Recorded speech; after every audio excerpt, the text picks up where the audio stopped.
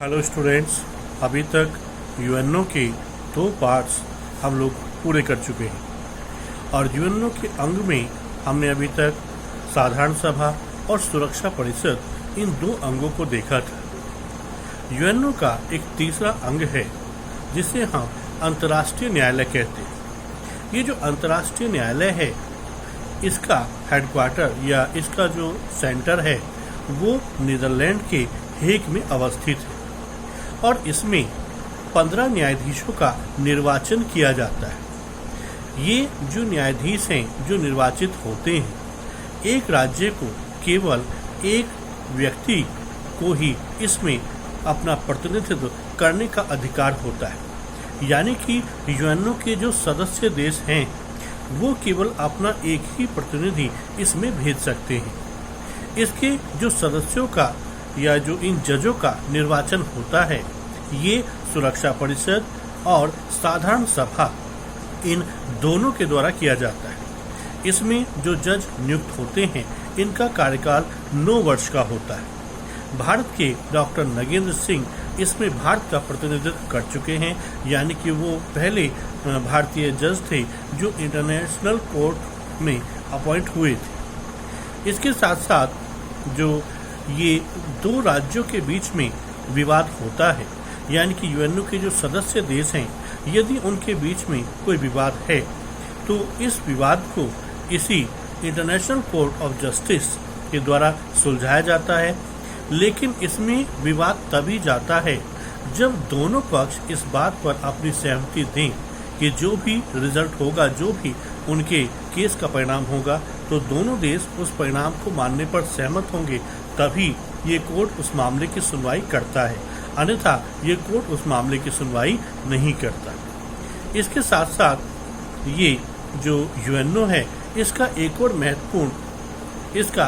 महत्वपूर्ण अंग है सचिवालय। ये जो सचिवालय होता है, इसमें हर एक सदस्य देश के जो प्रतिनिधि होते हैं, उनको इस बात की शपथ लेनी होती है कि वो यूएनओ के हितों को ध्यान में रखते हुए काम करेगा।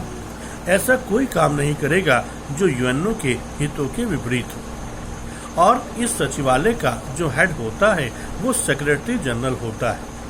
इस सेक्रेटरी जनरल का चुनाव सुरक्षा परिषद की अनुशंसा पर साधारण सभा यानी कि जनरल असेंबली के द्वारा किया जाता है। ये जो सेक्रेटरी जनरल होता है यही सहायक सेक्रेटरी जनरल और इसके साथ साथ सचिवालय के जो अन्य कर्मचारी हैं उनकी नियुक्ति भी करता है।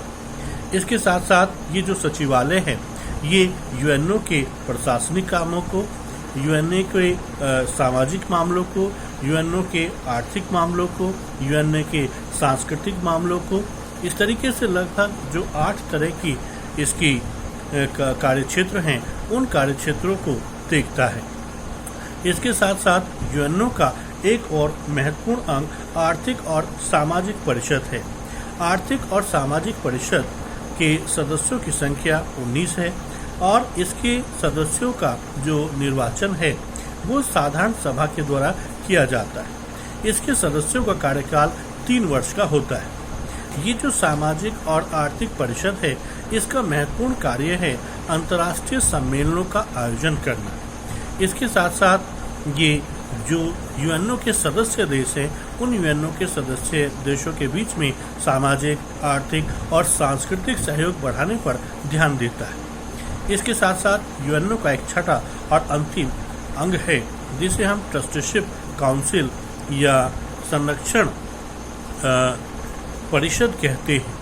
ये जो संरक्षण परिषद है, इसमें 5 सदस्य होते हैं और जो सुरक्षा परिषद के 5 स्थायी सदस्य हैं, वही संरक्षण परिषद के भी सदस्य होते हैं। ये जो संरक्षण परिषद है, ये इसलिए बनाई गई कि 1945 जब द्वितीय विश्व युद्ध समाप्त हुआ, तो उसके बाद जिन देशों को स्वायत्तता नहीं मिल पाई, जो देश इंडिपेंडेंट नहीं हो पाए और पराधीन हैं, दूसरे देशों के अधीन हैं, उन देशों में सांस्कृतिक, सामाजिक, आर्थिक और इन क्षेत्रों में जो विकास हुआ है, उस विकास से संबंधित रिपोर्ट की जांच करना इसका काम होता था। मतलब कि अभी ये सक्रिय नहीं है। दरअसल 1994 में इसको निलंबित कर दिया गया संरक्षण परिषद को, और वर्तमान में संरक्षण परिषद यूएनओ का अंग होते हुए भी निष्क्रिय है। ये वर्तमान में सक्रिय नहीं है, लेकिन यूएनओ अपने इस अंग को कभी भी सक्रिय करने का अधिकार रखता है। इस तरह से हम लोगों ने अपने जो यूएनओ जो टॉपिक था उसे अपने 3 पार्ट्स में कंप्लीट किया। Thank you.